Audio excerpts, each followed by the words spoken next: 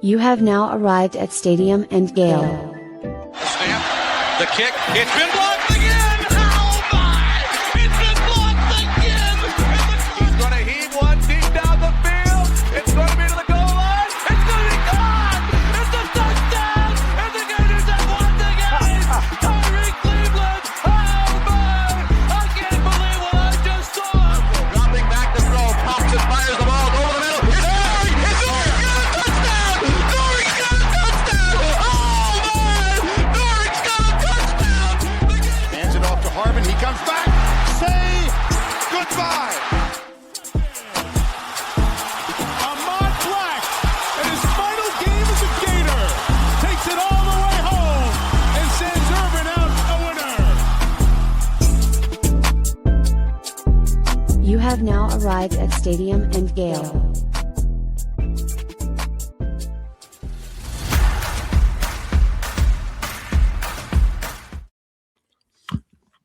Boys and girls, ladies and gents, welcome to another episode of Stadium and Gale. This is Dan. Delatory. And your boy Jay Scott 2-5. What it do, y'all boys?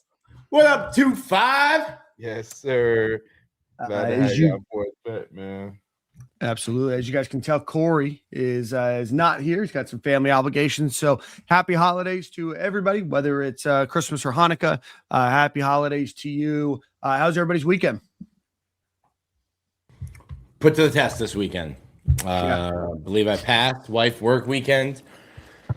2 full days. No mom, no grandma here to help. 2 full days. I think we passed with flying colors. Was there excessive bottles of milk? Probably.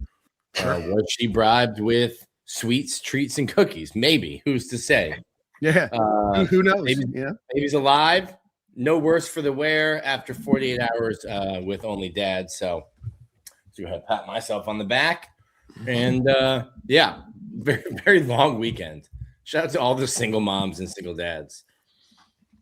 Right, tough out here. Yeah, I had a pretty similar weekend. I had moms on the backup for a few days, but we managed to make it through. And now I'm blessed to have a kindergartner that's off for the next 2 weeks, so I'll be dealing with her for the next 2 weeks. So what do you do, Jordan? Obviously, you got the holidays in a couple days, so the next couple days are probably pretty pre-planned. What do you do after that, right? Because they gotta have stuff to do all the time.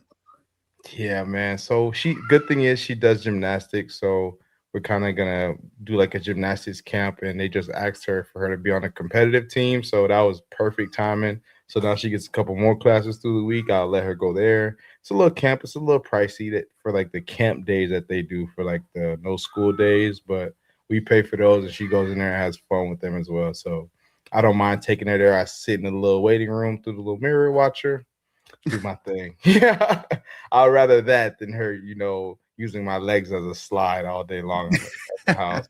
So definitely a way we get out of some free time. I presume you guys are both staying local for the holiday season. I'm down in the 954 right now. So what's everybody got going on? Sure. So last year we stayed local. It was, you got the new baby. I think I stuck my chest out and said it. I was like, new baby, everyone comes to you. I feel like baby's still new. 15 months, still baby, still new. And also another bun in the oven. Like, right. We'll be in Daytona Beach though. we'll be driving. So I think we got 1 year of no traveling, but it'll be good. Frankie gets to see her cousins. So we'll leave Christmas Eve, drive down to Daytona Beach, stay with her family, and no idea how long we're going to be there. I'm not the travel agent on this one. Well, you got next year, Nick. Next year, they'll probably come back to you. And then after that, then it's on you to keep the tradition going.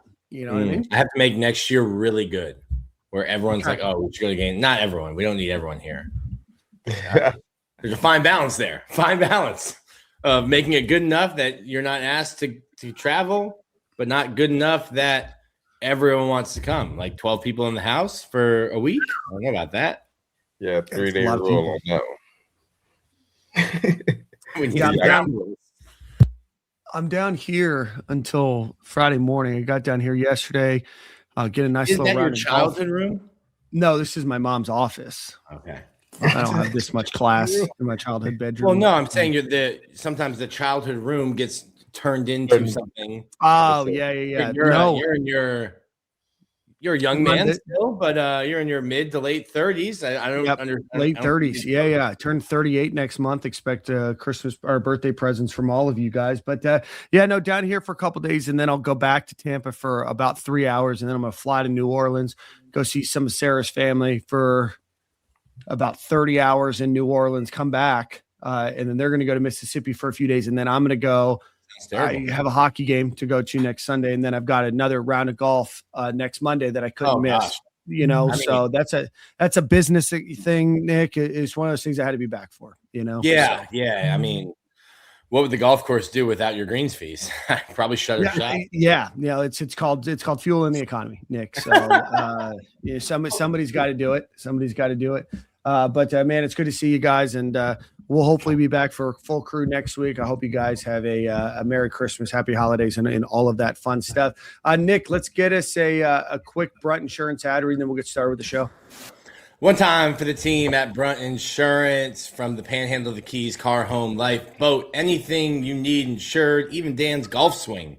Call Greg at 954-589-2204 for a free quote. Cost you no money, could save you money in the long run. Again, that's 954-589-2204. Greg, what it do, baby? Absolutely. Always a good time. Maybe around the 4th of July, maybe around Christmas every year. Always a good time to just check your insurance rates. You never know, right? It's free. You could save some money. So go give Greg a call. I also want to give a shout out to our friends over at the Dykus, Burke, and Lewis Law Group. Give them a look if you're having any issues with your sinkhole damage, water damage, wind damage, flood damage, whatever it might be. Obviously, right now is a time to just keep their number handy. We just never know what the season might bring ahead of us, but they used to work for the insurance companies. Now they work against the insurance companies. So go visit them. Great group of guys that I've known for quite some time now. They are going to represent you. They are represented by a number of fantastic attorneys, and anything that they can do to help you fight those pesky insurance, property and casualty insurance companies, they are the people that you need to go visit. So give them a look at dykusburklaw.com for all of your needs. All right, gentlemen, we've got a coaching staff ready to go. A handful of hires have been made since the last show. So let's run through a little bit about what we knew before, right? So obviously we got John Sumrall as the head coach. We got Brad White from Kentucky as the defense coordinator, Buster Faulkner as the offense coordinator. We knew those names. We knew Gerald Chapman was going to come back, and I guess LSU tried to steal him away there at the last minute, but Gerald Chapman was announced. Promotion in his title. I think it's associate head coach, maybe assistant head coach over there. So congratulations to him. I would imagine that he got a hefty pay raise there as well.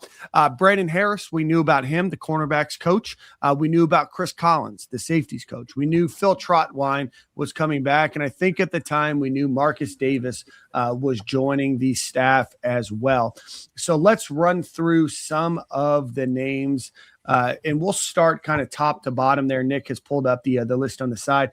Joe Craddock is coming over from Tulane. He was Tulane's offense coordinator last season, and he was with Troy University and John Sumrall when he was over there. So he's going to coach the quarterback coach when he was at when he was at Troy, averaged 13.3 yards per completion, which was second in the Sun Belt. 419.4 yards per game, 266 passing yards per game, and 29.6 points per game. It seems like some people got maybe a little, I don't want to say perturbed, but maybe a little, some flashbacks of Billy Napier bringing the Sun Belt boys over with him. But any chance I think that you get to have an offense coordinator step into just a position coach role, we've got that. But Nick, you've probably stayed pretty close. What are your thoughts here on Joe Craddock over? I thought that was a pretty level-headed take of you. It's not like you're hiring a running backs coach or a tight ends coach to run the offense. And I think that's the difference. I get it. I get the PTSD. Everyone wanted to run with, I don't hire my friends kind of thing. And I don't know that that's the case, but also it's the coaching circles are small, and being on the reporter side and now where I am, like with the NIL side, you see that even more. Like all these coaches know each other. There's not that many agents. I think everyone knows about Jimmy Sexton, but like there's only a handful of agents. So all the agents know each other. All the coaches know each other. You're going to hire a friend at some point. It's rare that you're not going to hire somebody you have never crossed paths with or haven't met somewhere. But Craddock, it'll be interesting to see. I did not like Tulane's offense. Watched the bowl game and thought, oof, definitely don't like the way the offense looks against an SEC team. You have to, it's apples and oranges. It's what Tulane can hold on to and pay NIL wise versus what Ole Miss can and has built and played and paid NIL wise. Like I saw JMU's projected NIL is $1 million for next year. And I'm like, Billy had guys making more than that. Over what he'll have for his entire team. So you're really apples and oranges when comparing the G5 and the Power 4. But can I interrupt you real quick, Nick? I knew that there was a disparity. I didn't know that it was $1 million for a whole roster. That is just an astronomical difference when it comes to competing in these games, right? Like I would have thought JMU would be in like the $4 or $5 million range. Yeah. You're running back, like you're going to have 5 plus 6, 7, 10 guys maybe making like what a JMU can pay the roster. Like it's just, and there's nothing against the G5. Like I think it was great that the JMU made it, great that Tulane made it, but like the record of group of 5 teams in the college football playoff is now 0-4. If you go back to when Cincinnati made it as a 12-0 team in the 14 playoff, and they just get smoked. They get smoked. And NIL is, if you like it, if you don't like it, NIL has certainly made those Cinderella stories a lot harder to come by. I think Bud Elliott had a great point. He's like, NIL has made the top 30 in college football more competitive than it ever has been. Team 1 and Team 30 are closer than they ever have in college football, but not the best G5 team. And maybe there'll be an upset, at some point in the playoff, but we certainly didn't get it this year. Anyway. No, I think it's going to be really hard. Go ahead, Jordan. Yeah, I think it's really tough, man. Me and my guys were talking about it this weekend. We're having an argument about if they're worth it to make it in the playoffs or not. I'm like, honestly, I think as far as skill position goes, DBs, receivers, running backs, those guys, the skill level isn't that far off from like a SEC team to us like Tulane at JMU. But when you get into the trenches, now it's a little bit different. Like, I don't care how good your team is. You don't have guys to block dudes at Ole Miss. You don't have guys to block dudes at Alabama. Like, you just don't. Or Oregon. That's what JMU played this weekend. Not for 4 quarters. Like you might get jacked up. You might have your smelling salts. Yeah, and the ball might have a good half. You feel real good for 15 minutes. Thank you. You're going to get maybe a drive or two there where you're actually doing decent. You're not dominating, but you're not getting killed. Over time, they will just wear on you, and it's just going to be that type of game. Like, people like to say the SEC isn't the same anymore with NIL in the picture now. And I kind of agree as far as the skill players go. But as far as the trenches go, I think we have we're still leading in that aspect of like we have great defensive linemen, very powerful offensive linemen. Just the way that we play in the SEC as well is very physical. We run the ball a lot more, and we live behind that as far as establishing a run and being physical up front, which most teams in other conferences really don't do that. Maybe the Big Ten is another one, but well, I mean, just think Tulane had to replace, and I'm not just standing for John Sumrall here. It's just the one school that I know had to replace 60 players. And I would imagine that Tulane this offseason is going to probably have to replace whoever their best players are. and then add a bunch more, because you're going to have some older players that transfer in for the opportunity to play maybe their final year. You're going to have a bunch of your guys that maybe other schools in the Power Four have noticed. And so those schools, it's not just kind of the haves and the have-nots, like you were saying, Nick, with Bud Elliott. It's not just the money disparity. It's going to be the roster turnover because of money, yes, but the recruiting out of these programs, that's just going to make it so hard for these group of 5 teams to compete. I mean, like you said, there might be one time, right? Just like there was the one time in basketball that the 16 seed beat the 15 seed, or the 1 seed. But how many times before did that not happen, right? Or, the 2 and the 15, it happens occasionally, but in the grand scheme of things, you're talking maybe 1 or 2% of the time. So, I don't think adding more teams is a solution to this problem, but I just don't think that the way we have it right now is going to really make great competitive football long term. But I'm not complaining about free football, but you could definitely tell there was a talent size disparity in that JMU Oregon game and Tulane Ole Miss game. It's also like the ACC being completely inept. Like the ACC isn't entirely inept, where you've got a 4-loss team winning the conference championship, 5-loss team winning the conference championship game, who then can't. Like, that should have been your AQ. You should have been in. Miami, I think, deserves to get in. I saw a great sign. It was at game day at College Station. It was like, hey, if you would have beaten either one of us, so shut up. Like, both teams that you lost to are now playing in the playoff. That's how it works. Yeah, dude, it's funny. I saw some Notre Dame fan accounts going viral. It's like, we would beat both of these teams right now. It's like, well, you had the chance to beat both of them and you lost to both. You're right. Yeah. Anyway, back to Craddock. I really like Chad Morris and his team's SMU. That's where Craddock was. I think he got his start at Clemson, not to PTSD anyone there, working with the quarterbacks. That's 11 years ago. And then I think at SMU, obviously he was at Tulane. There's some familiarity there. I'll be interested to see what the quarterback room looks like, and who you bring in to compete with, right now with Trammell and Aiden Warner, and Will Griffin. And Will Griffin in January. Yeah. We can talk a little bit about the transfer portal. I think there's a lot of, there's a lot of eyeballs looking at Aaron Philo from Georgia Tech there, but we'll talk a little bit about that. We won't know these decisions until 2 episodes from now, right? So we're not going to spend a ton of time on who's potentially out there in the transfer portal. But like Nick said, Joe Craddock got started in high school football, then went to Clemson as a player development guy, off the field guy, then became a GA, then SMU offensive coordinator, QB coach. Followed Chad Morris, I think, to Arkansas to be their OC and QB coach. Fell back to UAB as a tight end coach at Troy for 2 seasons with John Sumrall as the OC and QB coach, and in the last 2 years at Tulane as the offensive coordinator and QB coach. Resumes aside, that is a resume of a guy that I believe should be a QB coach at the University of Florida. Not throwing shade at the last QB coach, but you don't have to Google the names of the schools to see if those schools still exist or not, right? So, it still remains to be seen how much is Buster doing that as well, right? Yeah. What will their practices look like? I know that they will. At Tulane, they practice in the morning. I think I'll be waking up early to go to practice now instead of doing it in the afternoon.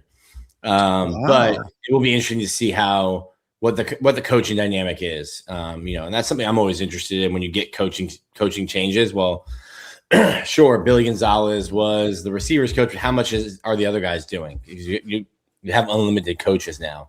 And then when Billy took over, he really wasn't doing anything with the receivers. He was kind of like a CEO, and he was walking around, and it was all David Decker and Chad Lucas. And then, hold on that note, I think Chad is still here. I don't know who Dave is. I think it's me. Oh, Dave. Bree Wade works with us at Florida Victorious and has probably coming up on a year. And Katie Turner works still at recruiting. She's probably due soon. With her for a baby. First child, yeah. But yes, Katie Turner, I think most of the recruiting people have stayed. But yeah, Bree Wade works with Florida Victorious, which is not the UAA. Yeah, I wouldn't be surprised if most of the recruiting infrastructure stays in place. I mean, Billy Napier completely changed the way that they did recruiting. And, I would imagine a lot of the creative people, now there might be some additions here or there, but, I would imagine, from a continuity perspective, and also their job is pretty straightforward. I don't like to rain on anybody's parade here about how great somebody is or isn't. And I think that there's certainly a certain way that you make people feel and everything else. And I think that she's very respected in her role. But a lot of her role is very organizationally and relationship driven, and just keeping people on schedule and on pace and making sure things are where they are. So unless you have kind of a fundamental disagreement, or, if her husband gets a job somewhere else, what could that mean? Right. So I think that there's, a reason for continuity, and I don't think you need to blow up the department. And I certainly don't think JMU, with $1 million NIL budget, then extrapolating that out to athletic department budget, I don't think that they're going to pay Katie Turner that amount of money to potentially follow. All right. So then from there, let's chat. Nick, this isn't on the list that you have pulled up there on the side because this announcement came out maybe 30 minutes ago. It looks like the Gators are going to be hiring Duke running back coach Chris Foster. He spent this last season at Duke, where he had two players rush for 1,715 yards and 23 touchdowns. Freshman Nate Shepard had 962 of those yards and 10 rushing touchdowns, which was second in the ACC in rushing yards and third in the ACC in rushing touchdowns. That included one second-team All-ACC player, one first-team Pro Football Focus and Sports Network All-ACC player, and one On3 true freshman midseason All-American. Prior to that, he was Northwestern University's running back coach, and before that, he was with ECU. So started his career at Gardner-Webb, was there, then App State, then Marville. That's going to be a new school to add to my list of schools that I need to read about. Then Georgia Southern for a number of years, where he was running back coach, ultimately ended up as running backs coach / associate head coach. Then East Carolina running backs coach, Northwestern, and then Duke. Obviously, a lot of names were thrown around that were out there, but the Gators do land on Chris Foster, which is a guy that I didn't know much about, and without a lot of prep time, don't have a real strong opinion one way or another. Jordan, maybe your thoughts on just the running back coach position. Yeah, I kind of feel the same way. I didn't know much about this guy, but I like the way that Florida did the hire, and that we didn't overspend on this, position. I didn't want to go get a big name guy just to go get it, just so we can keep Jaden Ball. Not saying that's why he's going to leave or stay, but I didn't want to overspend and he still leaves, and we're trying to overspend in a lot of other ways. So I'm feeling okay about the hire. Obviously, we need to see how the season plays out and how he does everything. But just overall, man, you just want a running back coach that to be able to explain pass protection well to guys, to where you could break it down and make it easy to them, make the game kind of slow down for them and the pass protection aspect of things, and also just ball security. Mm-hmm. I think the rest of the stuff, man, with running backs, it's all natural. It's all about reaction and being able to make the right reads and make the right cuts.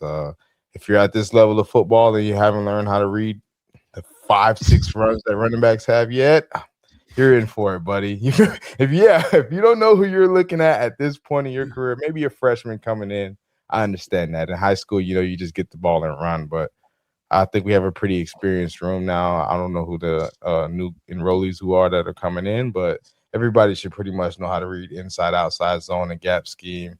I think the main part will just be making sure we can get pass protection down, however that's taught. Mm-hmm. And that was also to piggyback on. I like the way that they hired the OC from Tulane as the quarterback's coach, because there's just some familiarity. It makes. He knows what Sumrall wants. He knows the expectation of the players and what he wants and how he likes stuff done. He may not be the OC calling the big shots, but at least he can relay that to the quarterback. And obviously the quarterback is the commander of the entire offense, and they can pass down the same, thing to the rest of the team. So I like that hire. I like the quarterback hire. I like the running back hire too, just because I feel like we didn't go too expensive on it, and honestly, he just needs to just do his job. Nothing more, nothing less. Yeah. Jordan, you played college football, you played in the NFL. Talk to me about what makes a good running back coach versus not. Because obviously there was some names thrown around. The Gators, lose Jabbar Jaluk, who a lot of fans were excited about. There's, some other big names. I know Robert Gillespie was a name fans wanted. Samples from Oregon was another guy. But in your experience, what made a good coach from maybe a not great coach? You don't have to use names, but I'm just kind of curious because you played the role. I think it's just all about, man, the just keeping the work ethic in these guys, man, because the running back is a workhorse position. So you're going to need a coach that's going to push you every day and make sure that you guys, the Indy has to be hard every day. It has to be challenging. You need to be pushing each other in team run and stuff like that. So just a coach that brings that energy, man. I think that's what obviously Jaluk did a good job of. He pushed and motivated his guys even though he knew they were good. Let's be honest here. This coach will probably come in next year if and when we retain Jaden Ball, and he's going to feel like I don't have to coach him because he's an All-American. He's a good guy. He's already a great guy. So you may feel like, oh, let me not scare him away. Let me not overcoach this cat. But that's not what you need at a running back position. You need somebody that's going to constantly be on you and keeping you at your peak and making you constantly hit new highs every day. So I think that's honestly the most important thing as far as just running backs go, keeping it as a workhorse position and making sure that these guys are actually grinding every day and just keeping the little things right, like ball security. It sounds so simple, but it can easily change the game in seconds, just simple as running right and keeping the ball in your right hand. You'd be surprised at how many cats I watch even in the NFL today. Running to the right side, balls on the left. The whole team is retracting from the left side. Why is the ball over there? Even with that, I watched the fumble with Derrick Henry. It was the last night. Ball in the wrong hand. He has a coach who feels like Derrick Henry's this many-time Pro Bowler. He's a great dude. I don't have to tell Derrick Henry what to do. He knows what to do. Willie Taggart? Ravens running back coach Willie Taggart? Come on. I ain't trying to say the name, but we know it. Sorry. Hey, 10 fingers. I'll say it. I'll say it. Being honest, he thinks that guy is already him. So he's like, hey, he's going to make me look good. I don't have to do anything. But that's not how running back works, man. You have to keep instilling in day one stuff and just making sure these dudes are constantly working. Don't ever let off the gas. So that's just my one advice for any and every running back coach out there who wants to be successful. Just make sure your guys are constantly on their game, man, and keep pushing them to the limit. That's all positions, but I just feel like running back is such a workhorse position that you have to emphasize that every day and make sure that that's priority. Love that, man. Love that. Appreciate that. And then let's get into, we talked about Phil Trotwine, obviously, and then Evan McKissick is going to be joining the Gator staff too. He was the offensive line coach, as well as I believe associate head coach there with Tulane last season. He's been with John Sumrall for this year. So he was there as the co-offensive coordinator, and offensive line coach. He was the tight end coach at Troy under John Sumrall. In 2013, Troy was again second in passing yards per completion. So again, a guy that co-offensive coordinator, offensive line. We'll see how the tight end position is used in John Sumrall and Buster Faulkner's offense. But the way that it has been used the last 4 years and may continue to be used as kind of an extension of your offensive line and kind of a power tight end. I don't expect Florida to go out and grab the most athletic tight ends for this offense. But again, a guy that has had some higher roles and higher capabilities coming over and dropping into that tight end coach position, which is often overseen as, now I don't want to say the least important, but maybe the ones that fans maybe know the least about there. So Evan McKissick joining, a guy, nice guy. I had the chance to chat with him over Twitter over the last couple of days as well. I know that he's excited. I did get to talk to another coach just over chat here, and I'm going to read it. I'm not going to say who it's from because I didn't ask for his approval to say it. Sorry, the internet's going slow. So let's pull it up. This coach said, sorry, I should have had this. This is what you get when you do stuff live. You know what I mean?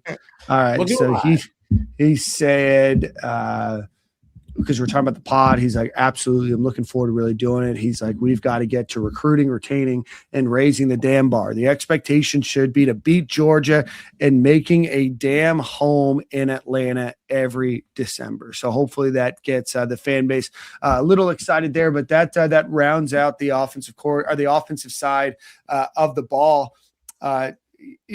Prognosticating on coaching names and everything else, is hard, right? And a lot of people don't know coaches' names. We talked about Marcus Davis before. We talked about Phil Trotwine before.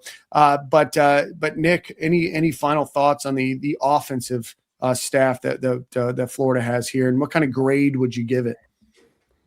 I don't know about excuse me. I don't know about a grade. I think I really didn't know much about Buster Faulkner until like seeing the reaction around and people being super excited about him.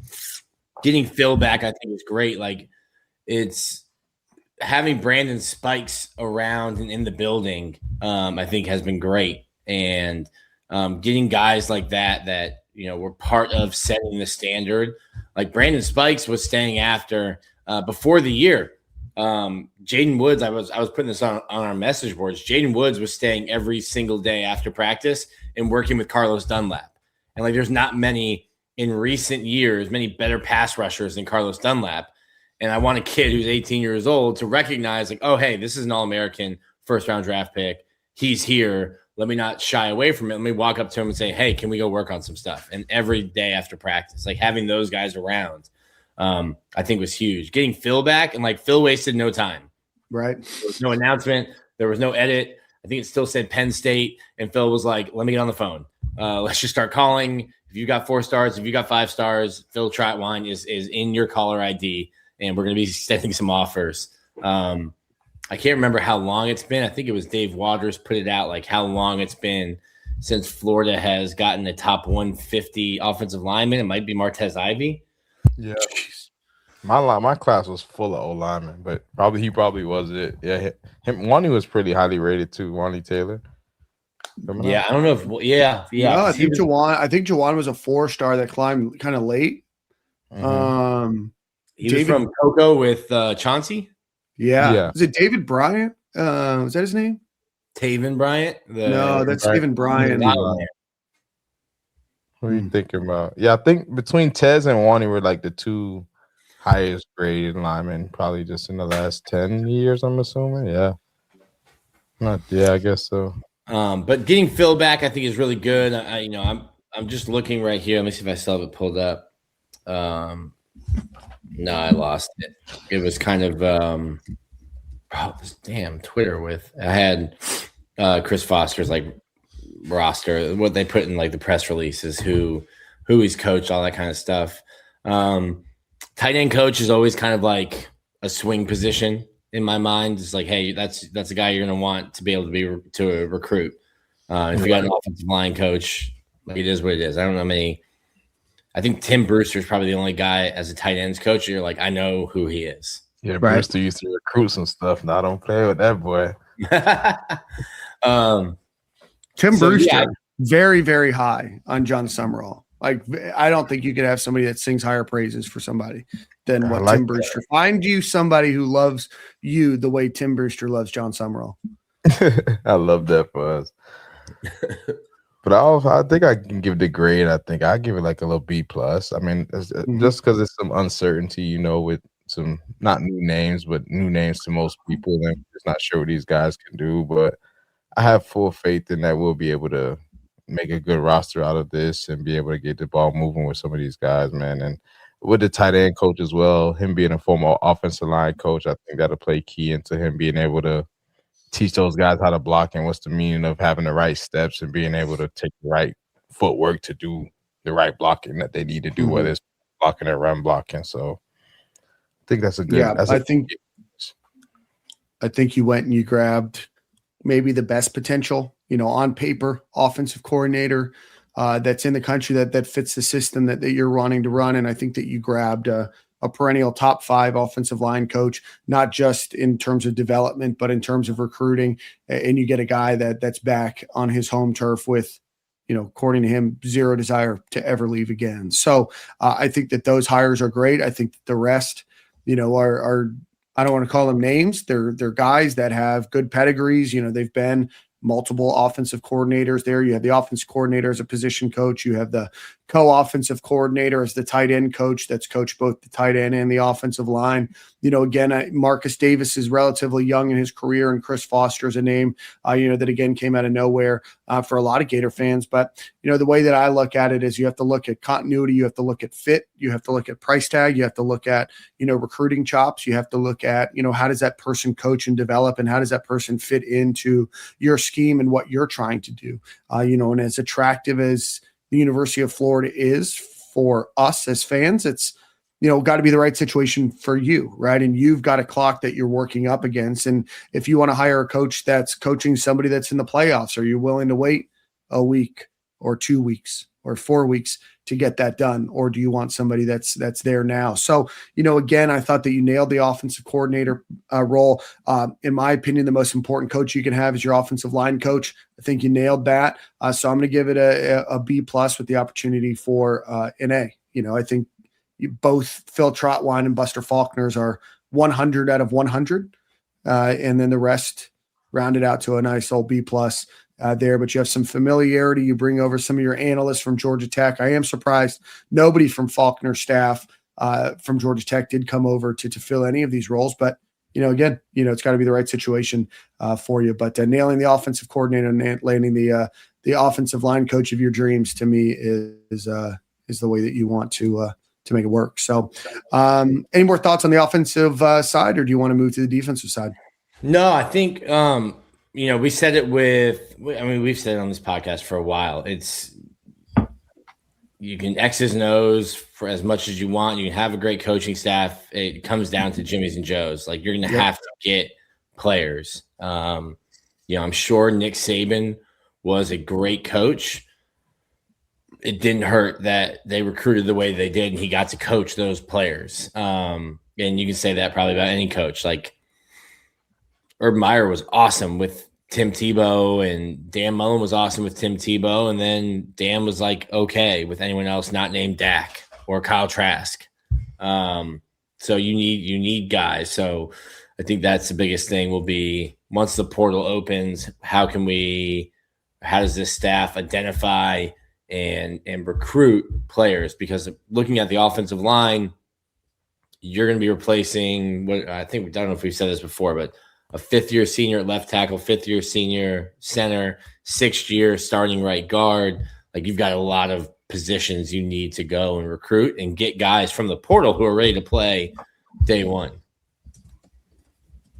That's a fact. I'm trying to figure. Yeah, Fletcher Westphal was a top 150 guy, Nick. I'm trying to figure out if there's anybody else.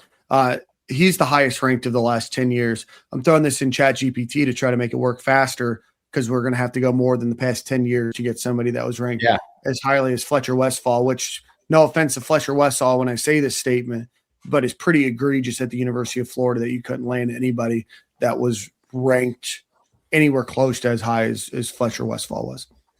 I think it's Martez Ivey. If I can pull up his, he's been out of school for so long that his 247 is now buried. NCAA. Who's the guy that played on the Cardinals for a little bit? Martez Ivey was the number one offensive tackle, number one player in Florida, national player. I'm thinking of DJ Humphreys. Or David Sharp is the name that I was thinking of earlier. Okay. Yeah, when I said Sharp, David Bryan. David Sharp. I know he was highly ranked. What about Max Garcia?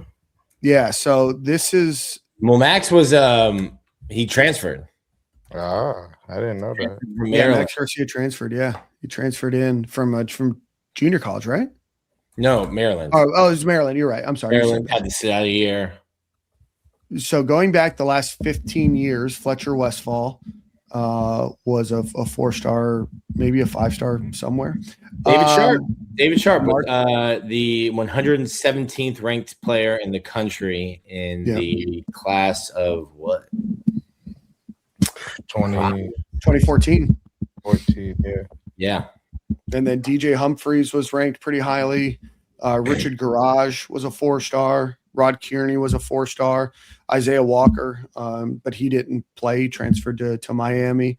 And then Austin Barber was, a 3-star, 4-star. I think he was a 4-star on 247. But the list of names in the last 15 years, you have 8 guys that were 4 stars or higher.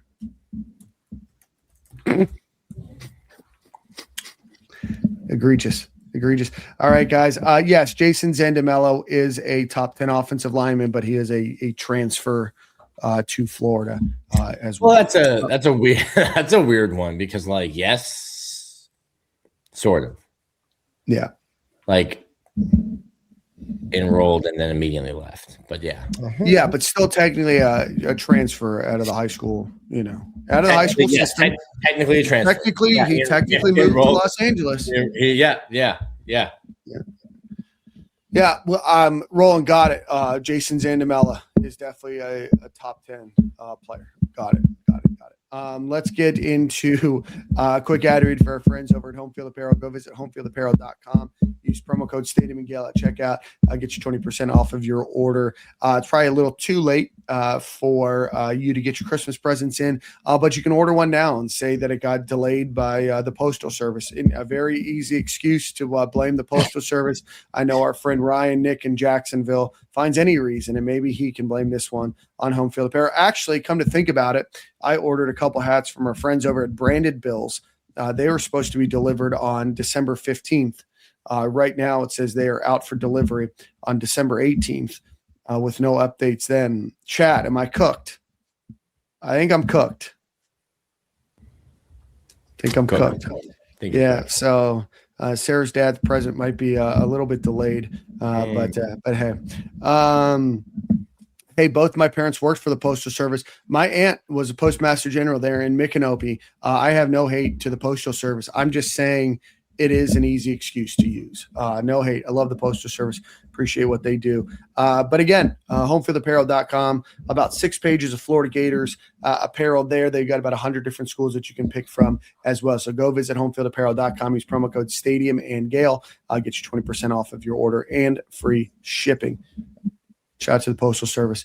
We've previously talked about Brad White. Everybody knows Gerald Chapman, how great of a get that is for the Gators. And we've talked about Chris Collins and Brandon Harris.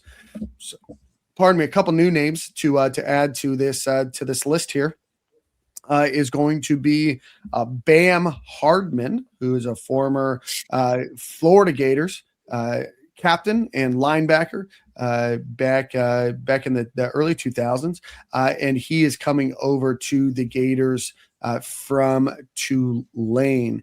He's an all-SEC linebacker, 3-year NFL veteran, and was with Tulane. This season, he spent 9 years at Troy. In 2018, he was the Broyles Award nominee, and in 2020 was a finalist for Football Scoop Linebacker Coach of the Year.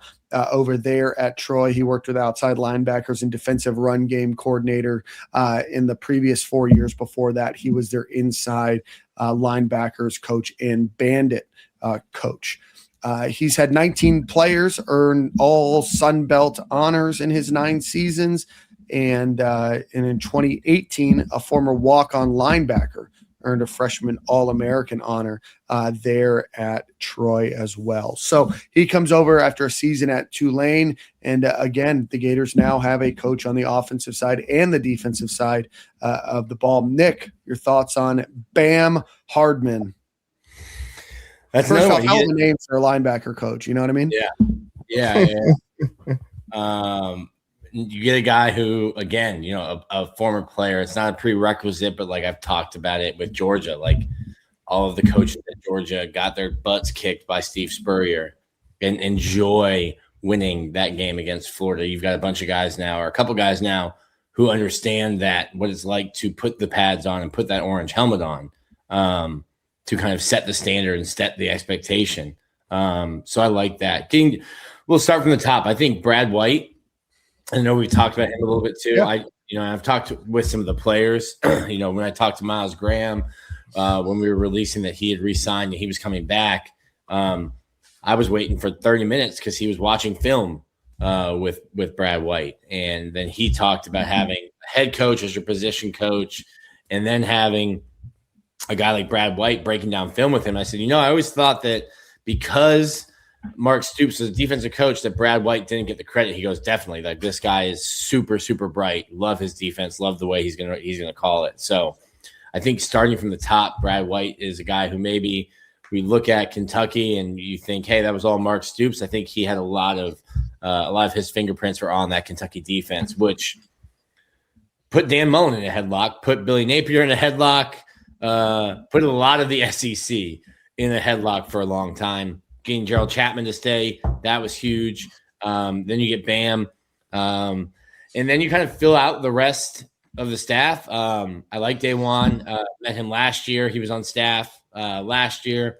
Brandon Harris, I think we talked a little bit about him as well. Huge ties, deep ties to South Florida. You can start recruiting there.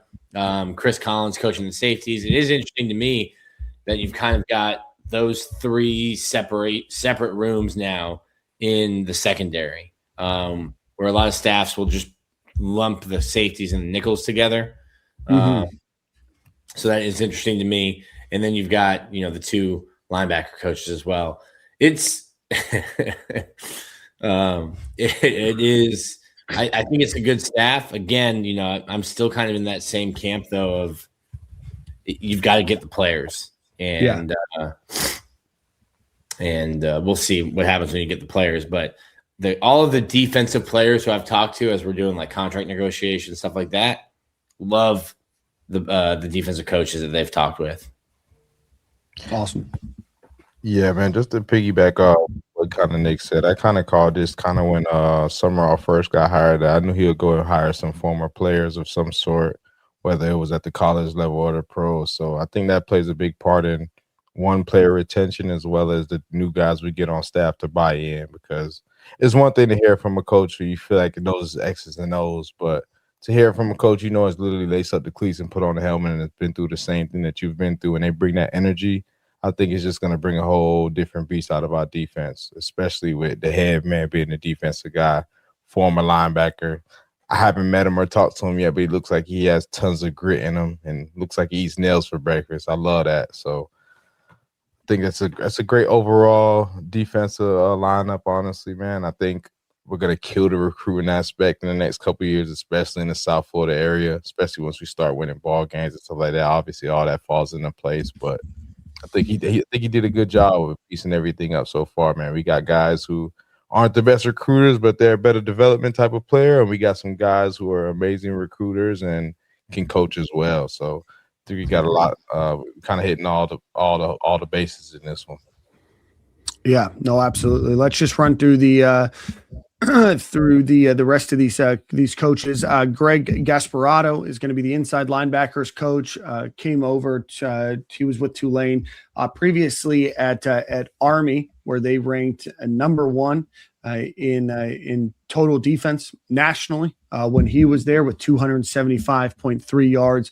And I know that Army doesn't necessarily play the toughest competition all the time, but they also have 0 players on scholarship, and everybody that's there is signing themselves up to go participate in the Army after, right? So you've got some, recruiting probably disadvantages for you. To rank number one nationally is a hell of a feat for him. So he was just a year at Tulane, where he's the defensive coordinator and safeties coach. He served as the interim head coach at Troy when he was there after John Sumrall left to go to Tulane. Troy that year, when he was the defensive coordinator in 2023, set the Sun Belt single season record, with 47 sacks. They ranked third in the country nationally in sacks, 10th in scoring defense, 12th in rushing defense, and 14th in total defense. So, again, held 8 of its 14 opponents under 300 yards. And then, like I said, before that was with Army, was with a number of other schools as well. Got his career started at App State and played at Wofford, where he won a Southern Conference championship over there. So again, a former defensive coordinator, a guy that's very familiar with John Sumrall. John Sumrall is a defensive guy, comes over, takes a position coach, and not just any position coach, the inside linebackers coach, right? So that's a very particular position where he is going to be coaching just a handful of players each and every day and getting familiar with the defense that Brad White and John Sumrall are going to run over there. So again, a guy with a lot of experience, taking that step down as you move up, not just taking the lateral, defensive coordinator to defensive coordinator role, which a lot of people harped on. And when he said he wasn't going to hire his friends, I think it's important to think about friends. And I think it's important to think about continuity. And I also think it's important to remember that just because they work together doesn't mean that they're friends either, right? Or that he's just trying to get his guys paid. I think a lot of these coaches probably had opportunities to stay in similar roles. Maybe they're making a little bit more money, but the responsibilities are going down.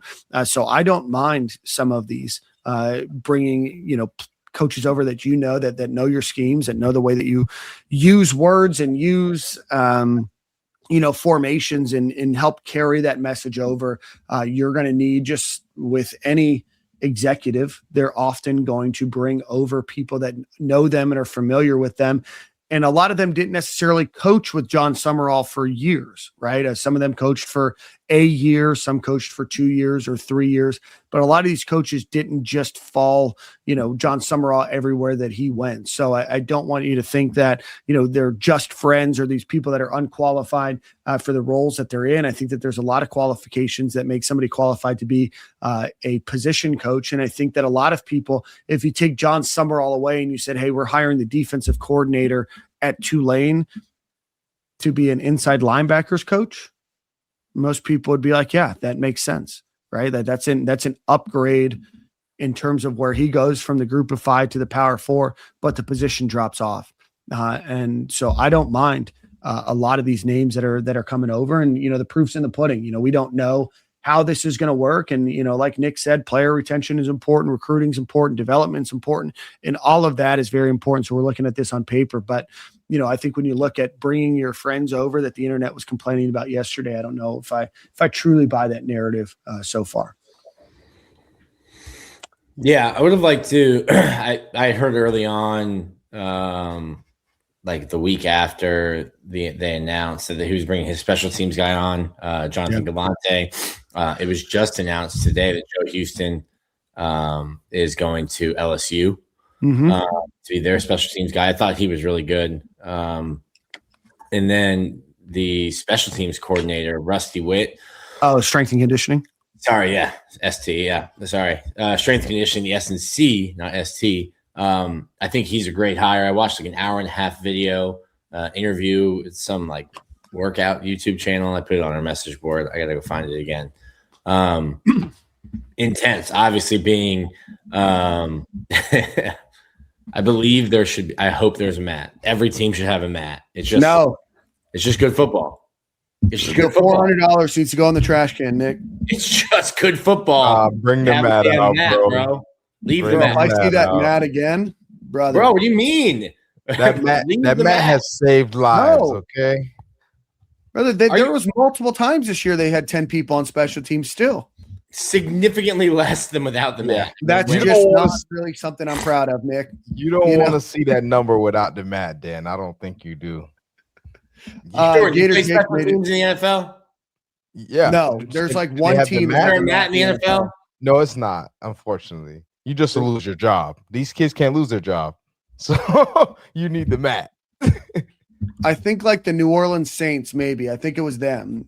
The Dolphins probably could use a mat. The Dolphins used to have them. We stink. Oh, we stink, brother. Now we don't have Corey on here to talk about the Jaguars. We can just wallow in despair about how much we stink.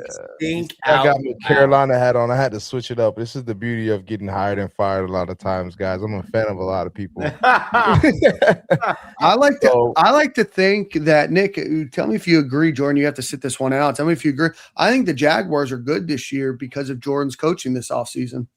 I would most likely tie it to the way the leadership they got from a certain former Florida Gator.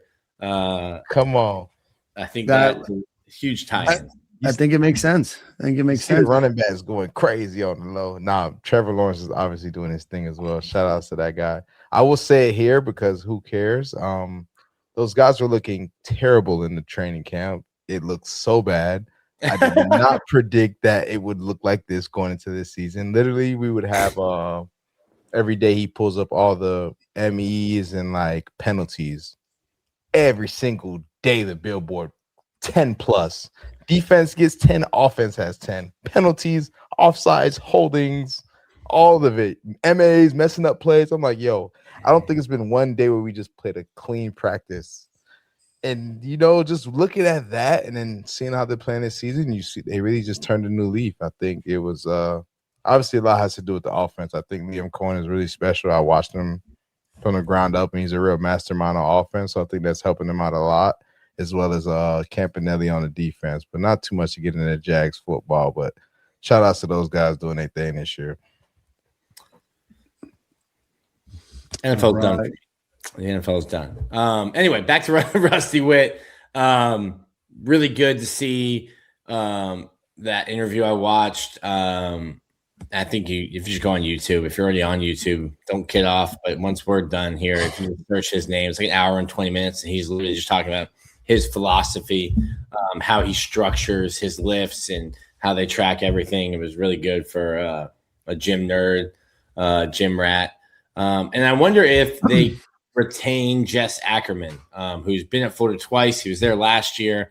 Jess, I don't want to get this wrong. Was he with Savage? Jess was with the Gators from 08 to 11. So I don't know if that was Savage. Oh, no. I know who you're talking about. It was another Ackerman that was with Savage. He was cool as hell, but I think he's somewhere else now. I don't know. Well, Jess, the reason I bring it up because Rusty obviously was. I think I've heard was a Green Beret, but he's a veteran. He served. Jess. So he was Florida. A communication sergeant in the 10th Special Forces Group. I love that. So Jess went from Florida to Atlanta. He was the strength and conditioning coach for the Atlanta Falcons from 16 to 2020. And then he was the head performance coach in the XFL from 22 to 23. He also was the director of strength and conditioning for 3 years for the 75th Ranger Regiment. So I wonder if there is some like-mindedness there. But Jess is great, and we'll be interested to see how that strength staff kind of shapes out. I will say my boy Rusty had a pretty bad ASS photo with the blood coming down the face. I was like, I can dig that. So you know what, I mean, I find out about you, but that's a good first impression right there. I see you out there with the werewolf. Love a good bleeding head wound from my strength and conditioning coach mid-game. Probably just had a little headbutt. He got too crunk. Bam! You know why I like the juice? Coach Savage used to give you a couple of those. You got to watch out for that cat. He's good and crazy. Yeah, it's interesting. Let's talk about Rusty Witt for a second here. So he played at Abilene Christian, which everybody that's played college football knows Abilene Christian because they are. When you create a player, or in Madden, when you create a player, that's the first school you can say you graduated from, Abilene Christian there in middle of nowhere, Texas. So went there, Midwestern State as a GA, Texas as a GA. Then he was a speed and agility coordinator for the U.S. Olympic Training Center. And then he was with William & Mary, then Louisville, then Sam Houston State. And then he joined the Armed Forces, where we said that he was a communications sergeant with the 10th Special Forces Group of the U.S. Army. He was awarded a Combat Infantry Badge in 2007, 2 Iraqi campaign medals, and the Army Commendation Medal with Valor. So he worked in strength and conditioning when he was with the Special Forces, developing and initiating a comprehensive pre-deployment conditioning program for Special Forces prior to their 2 deployments, which doesn't sound easy. As a guy that could not imagine, I could not imagine what that would be like to program that. In 2006, he was a finalist for the Armed Forces Merit Bowl Award. So he served with the Special Forces from 2003 to 2009, He then landed back at Rice, then Louisiana Lafayette. I know that's a name that you guys don't want to hear. Then Texas Tech as their strength and conditioning coach, assistant strength and conditioning coach at Army, then at Troy, then at Tulane, and then Florida. So a heck of a career. Certainly appreciate his service. But from a friend of mine that works as a strength and conditioning program or a strength and conditioning coach for much smaller schools, and hopefully will one day get an opportunity at this level. He's just a very highly regarded and well-respected guy. And that's somebody that you probably want familiar with your head coach, because that's going to be the guy that's around the players the most, right? Probably even more than the head coach, right? Not just in the offseason, but during the regular season too. I'm interested to know what's going to be the TLC or punishment look like when we get guys that are in trouble. I wonder what it, because if he got all that background, I just know it's about to be something too serious when somebody get in trouble. You're going rucking around campus, Jordan. That's what you're doing. Here's a 50-pound vest. They used to have us do Stairmaster 45 minutes straight. I'd have had people crying on that thing while that's still going. They were nowhere. So that rounds out the on-field coaching staff.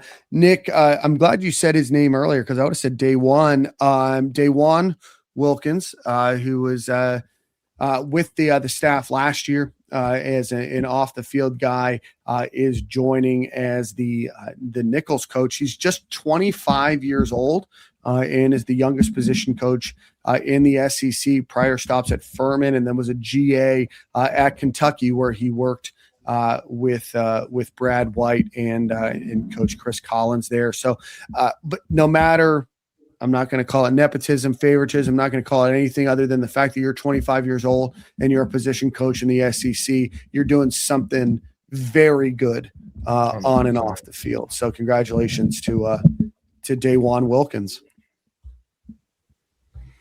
Hope my boy Q stays too. Yeah, I was about to say, I feel bad. What about Q and D Reese, huh? D Reese probably. D Reese worked with Chapman. Yeah, that's why I said D Reese is still obviously around a bit. I was just talking to him. D Reese is probably safe. I hope my boy Q wants to get into coaching. Yeah. Shout out to my boy Tease. Tease was there when Tease was there, but Tease is Tease. Tease is Tease. He's bouncing around, but I think Q will be fine. I think he's still finishing school and he'll be around the area. I don't think they'll ever shun him out of the building of any sort. He's not that kind of guy to where he's like a cancer of any sort. So I know he's still grinding and working. Obviously, my prayers to him, and hopefully he can land something within the next few years. It's definitely a journey. You ain't just gonna make it there overnight. Yeah, you and Q go back to the Q school days. You were smart enough to become a St. Thomas Aquinas Raider. Make sure we hit our STA quota, Dan. I used to. Not gonna allow it. Me and Marco used to get along a little more though, just because me and Quincy used to have our differences sometimes. They used to want to put us against each other, yo. They did that on purpose. Iron sharpens iron. Right, that's really what it was. All the competitive like speed or hitting drills, it was me and the dude that was the same size as me but plays corner. Actually, a little bit bigger. He was a big corner. He was so huge. It's like you really are a safety at heart, but you can continue to play corner if you want. If you remember that, do not say the safety word around him. He did not like that. Do not say the safety word around Quincy. 6'2", 220. Get your behind. You ain't even no colder, but you know, he was honestly good at whatever he did, man. He was a freak athlete. Him and his brother both, and their dad did a really good job of priming those boys up, man. Yeah, this is the last note. This is from my buddy Paul. He put this out on the timeline with Jonathan Galante being hired as special teams coordinator. Tulane's starting field position was ranked first in the country on offense and 14th in the country on defense. So his kicker was awarded a couple special teams honors from the Sun Belt as well. So hopefully we see some drastic improvement there in special teams that did, of course, pick up this season. Again, that's where we leave the on-field staff. We'll certainly find out if folks like Brandon Spikes. I want to give Brandon Spikes and Ben Chase a shout out. Also, both of them were awarded 40 Gators under 40. So a list that includes our own Dan Thompson. Well, I didn't want to say it, Nick, but yeah, so a really cool honor. But yeah, get to share an honor with Ben Chase, Brandon Spikes, really cool honor. So, but want to give those guys shout outs too. Cole Hurd is going to be joining the staff as well as the chief of staff. He is going to be the chief of staff to the head coach and to the general manager. He was the general manager for Tulane and was recognized by Football Scoop as a finalist for college football general manager of the year, finishing behind Matt Wilson of Indiana, who ended up winning overall. We've run through the list of off-field guys as well, so we'll run through that again real quick. AJ Erdley is coming over from Georgia Tech as the assistant quarterbacks coach. Mike Polly, assistant offensive line coach. Dylan Dockery, assistant tight end coach. Emil Ekior, quality control for offensive line, and Rylan Godey as quality control for offense. So we will, I would imagine, hear a lot more about recruiting staff and about other off the field coaching positions and those that are going to be in QC in assistant roles. So congratulations to the staff. And let's get into a little bit about the transfer portal and what's going on there. But before we do that, let's give a quick shout out to our friends over at Home Field Apparel, at Game Time Sidekicks. Game Time Sidekicks, guys.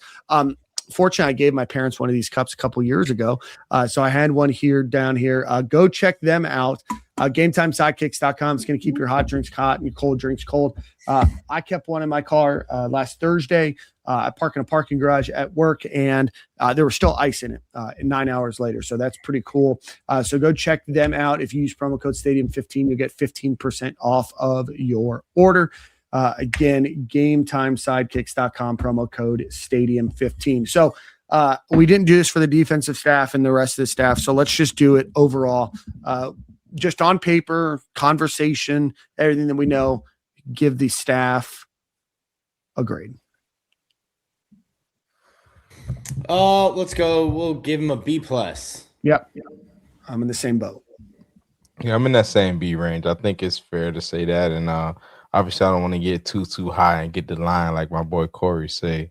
But I kind of feel like that right now. Even who will lie? Come on, you feel me? But until they prove me otherwise, I think B is fair enough. Good deal. All right, guys, let's get a little bit into what it looks like in the transfer portal.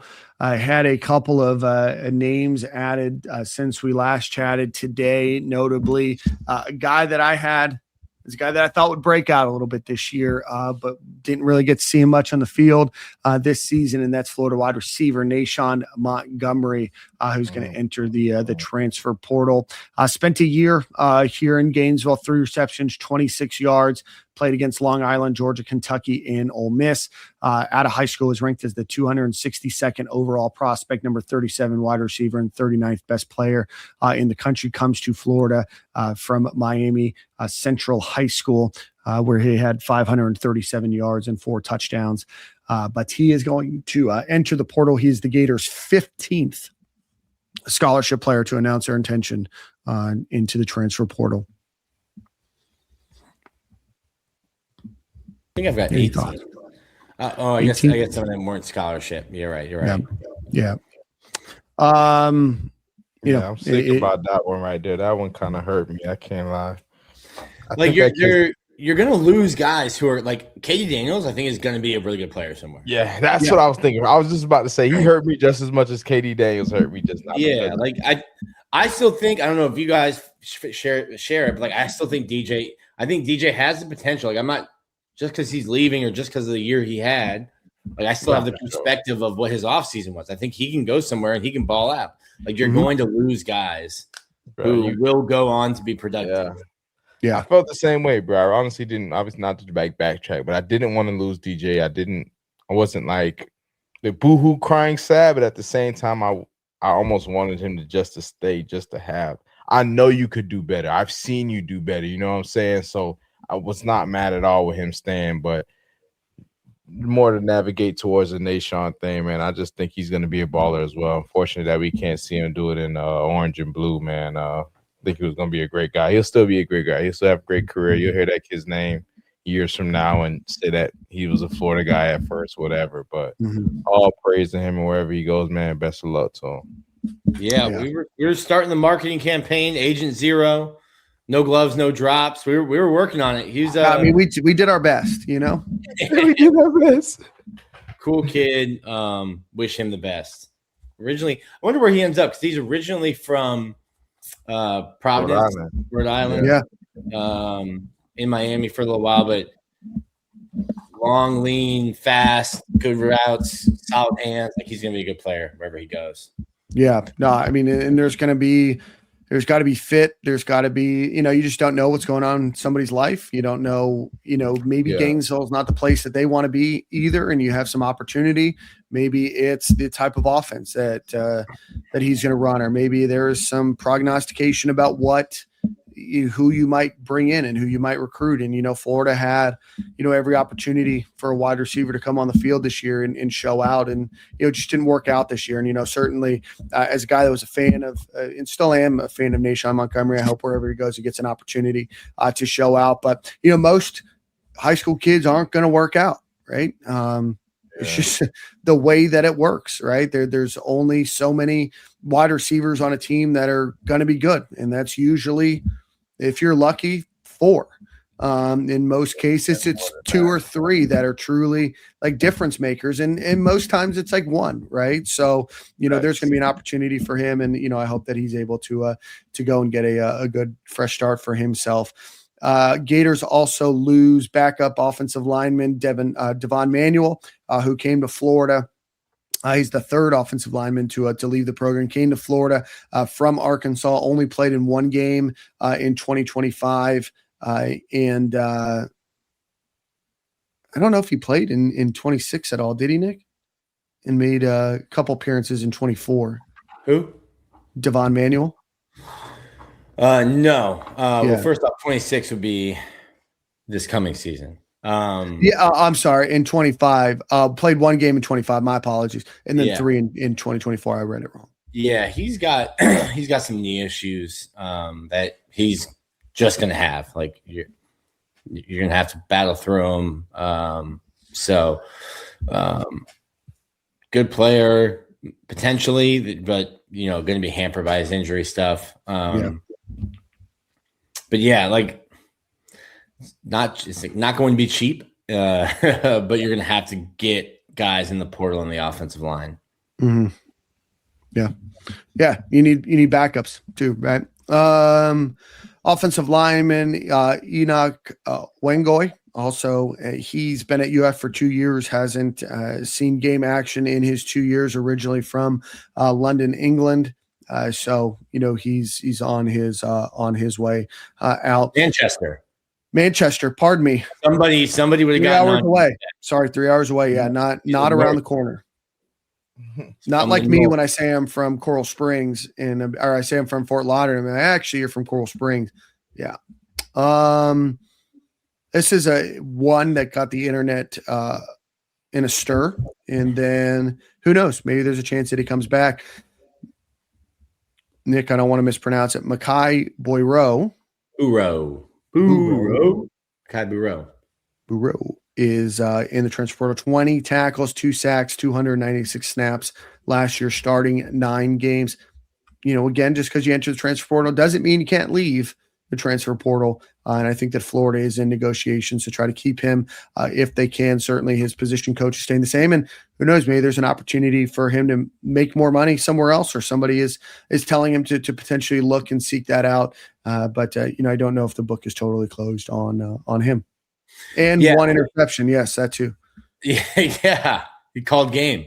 Address something there real quick because there's a lot of just like Florida's poor, Florida doesn't have this. We're not going to lose any player because we didn't have the money. Like that's not a thing. The way you set up a roster, like when ETN left, and I think I can probably talk on this because I wasn't part of the company then, but like he was given a number from Georgia that we could match, and the coaching staff said, we don't want to do that. That's going to set our entire budget off because then we were paying one player, but we want to pay an entire room. And we're going to go over budget. And what precedent does that set? Also, shout out to Billy Napier. Billy Napier said, we've got this freshman who we're going to be fine. Like, we'll be fine with Jaden Baugh coming in. We can let ETN go to Georgia because we're not going to pay him $800K or whatever it was. So it's not that we don't have money. We have plenty of money. This is going to be a very expensive roster. The coaching staff has to figure out and budget like an NFL team. Okay, we want to allocate this amount of dollars for the wide receiver room, and the wide receiver market is crazy. And we need to allocate this amount of money for the offensive line, and we might have to make it more this year than we would normally like because we're coming in and we have to fill in more spots. But if you see somebody on social media saying Florida can't afford them, I know what the roster is going to be. We can afford a lot. Will it be over $1 million? For me, I accept. I will re-sign with Stadium and Gale, $1 million a year. Oh, perfect. All right. We need some sponsors. If you own a business that wants to pay us a lot of money, Nick, just upped his salary to $1 million. What a negotiation. That went really well for me. Yeah, but it hinders on you getting a sponsor, Nick. You know, if I will wear all this logo can be yours. Yeah, if Sam Altman is listening to this or Jensen Wang is listening, we'll take your money. Let's see. This one probably didn't surprise many fans. Tight end Hayden Hansen, who started 34 games for the Gators, 57 receptions, 611 yards, and 5 touchdowns. In his career at UF, has entered the transfer portal as well. So those are the names. Can we get a final ruling? Because I have been dragged for my Hayden Hansen is Jonathan Odom. Very same to similar players. And I got dragged, and then some people agreed with me. And then I look at the reaction that people have when he leaves. And I'm just like, why do I get dragged? And then you're so happy when he leaves. I kind of feel bad for the guy in a way because he's just doing his thing, you know.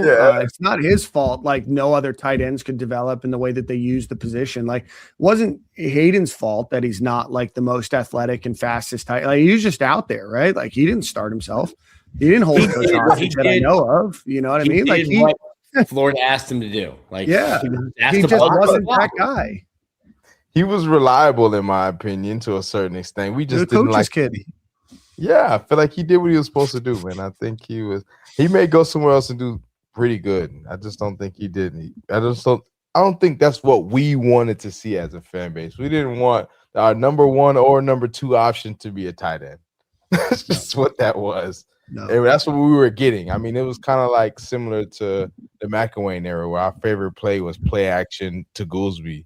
Or man, exactly, that is a game that I haven't even thought of in years. Jeez, nobody wanted to see that as a fan base. So Goolsby probably got tons of hate through his time in Gainesville, even though he was a solid receiver. I mean, solid tight end. Dirty 30. No. Let's say he was not a tight end. Yeah, he didn't want to block a soul. There's no blocking. He's H-back. He was just a slow receiver. Yeah, jeez, that's what he was. Yeah, Nick, I'll retweet your endorsement there. More stats than Jonathan Odom. Well, no Jonathan Odom either. Dad is a alumni of this program and of this show. So Jonathan Odom blew his knee out twice and had a crippling concussion. So Hayden Hansen was a healthier Jonathan Odom. Okay. Well, I have a perfect spot for him to go. Jonathan Odom, actually, I saw got invited to try out for the U.S. handball team, which will be an Olympic sport in the It's always an Olympic sport. It's always an Olympic sport, Nick. Couldn't have told you. Never. We idea. We stink at it, but it's a cool sport. Like, it doesn't make sense to me why the United States isn't good at handball. Maybe that's why they're trying to recruit former D1 football players. So we got Jonathan Odom on maybe the U.S. handball team, and we got Tommy Townsend on the bobsled team. Who? Johnny Townsend. Oh, I'm saying he's doing what? Yeah, he's trying to be on the U.S. bobsled team. Johnny does a lot. Johnny is living a life, man. Sometimes I see he's in like Tokyo or Japan or Korea, and then he's doing bobsled stuff. Then he's doing skiing stuff, and then he like finds his way in Gainesville to some gala, and then he's golfing. I don't know. Johnny's living a hell of a life. His post NFL life ain't too shabby. It's not bad. It's not bad. You can say that again. It looks like the Gators, I don't know, it hasn't been posted, and we live in a world now where players are re-signing and creating graphics and everything else. And Nick, you can keep your head down if you want. It does look like Jaden Robinson, Jason Zandamela, and LJ McCray look like they're coming back to Florida next year. So I guess we'll wait for the announcement graphic, but all of that looks like it's happening. I think that kid's staying, bro. I mean, I think it's all just bullshit. I just don't love this world that we live in. Yeah. So, I mean, I think that's at this rate. If you're gonna bounce, you're gonna bounce. Yeah, I mean, I was talking about it yesterday with my parents. I'm like, we were at Wings Plus, which is if you're really in South Florida, Wings Plus, fantastic chicken wing establishment. We were there, and I'm like, my interest in like following like the individual players is just like out the window. Like, I'm just rooting for the logo. I want success. Right. I want good players, but like whatever my roster is on, we'll say August 20th, those are going to be the guys that I'm going to ride and die for the next 4 months. Then after that, right, it's back up in the air. It's kind of like studying abroad, and you have like a girlfriend that you go meet, for 3 months over in Italy, and then you're like, all right, well, that was really fun. Like, hopefully we can come back to Italy and see each other again. But if not, like, I wish you the best of luck, right? Straight up, though. Oh my God. So at least there's only one portal. Say what? At least there's only one portal. True. Yeah, we don't have to do this again in March. Yeah, it's hectic, but I mean, I think it's. And also, shout out to, I think I said it last week, but shout out to the content farms, because you get anticipated going into the portal. Now he's in the portal, and you get a third when he lands. You get 3 stories out of each guy when this happens, and in between that, you get where is he going? Where are his top 5s? He's taking like it is a monsoon for the farmers of content. Yeah, there's a new aggregator out there, Nick. I don't mind social media rolling. It keeps everything alive. John Wilcox sums it up nicely. Fan loyalties come down to a follow button or an unfollow. Is that a shovel? John, what's on your shoulders there? Shovel? John's, it looks like a construction guy, Killing it. Big construction guy. Yeah. It's tough to build statues for mercenaries. We missed 2 super chats. Hey, Herb, mercenary, Ring of Honor. Some are good. Yeah, but I mean, that was a longer mercenary. Mercenary experience. 5 years. That is still currently the NCAA timetable for athletes. Yeah. Allegedly, until they lose another case. Yeah. David Reese playing another year? I believe his 8 years are done. I believe his 8-year clock is done. I want to give a shout out. Man, David Reese. David Reese was a senior when Jordan was a freshman in high school. I cannot believe that. I cannot. Dubster37, we appreciate you. Love you all. Love you all, guys. Keep Baugh, Dallas, and VB3. Got some positive social media from Jaden Baugh this week. And then Black Pine Labs 712 DJ peaked in high school. just as all developed too early privately coached QBs from Texas do. So I know Corey will be on here pissed off here. that he missed that one. We'll keep that one for next week. Our Dallas Wilson and Jane Boston, we just got to wait for the recruiting graphic to drop, the re-sign graphic. Yeah, right. Because unless that comes out, it's just not legit, right? Yeah. Got to wait for that. Got to get a picture of them in front of one of these old school printers that my mom still owns, signing something. Just to show. Somebody sent me something like, "Is the ink dry?" I'm like, "Well, it's all DocuSign, so there is no ink." Yeah. Are have the ones and zeros been successfully processed? Everything's Nick knows. Nick knows a lot. Nick, in his role, and we respect his role. We're not going to berate him. We're not going to ask him. That information will come out as it needs to. And don't worry, Nick doesn't like to tell us, and we're just sitting on information.